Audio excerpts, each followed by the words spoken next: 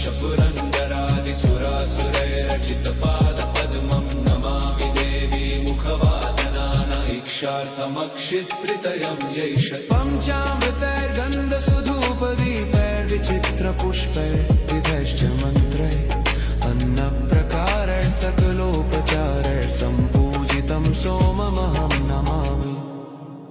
नमामि शम्भुं पुरुषं पुराण नमामि शरणं त्वमपारवाम नमामि रुद्रं प्रभुमक्षयन्त नमामि शर्वं शिरसा नमामि। नमामि देवं परमव्ययम् उमापति लोकगुरुं नमामि। नमामि दारिद्र्यविदारणन्त नमामि रोगापहरं नमामि। नमामि कल्याणं चिन्तरूप नमामि विश्वोद्धबीजरूपं नमामि विश्वस्थितिकारणं त नमामि संहारकरं नमामि। नमामि गौरीप्रियमं नमामि दानप्रियमिष्टदेवं नमामि सोमेश्वरं स्वतन्त्रम् उमापतिं तम्।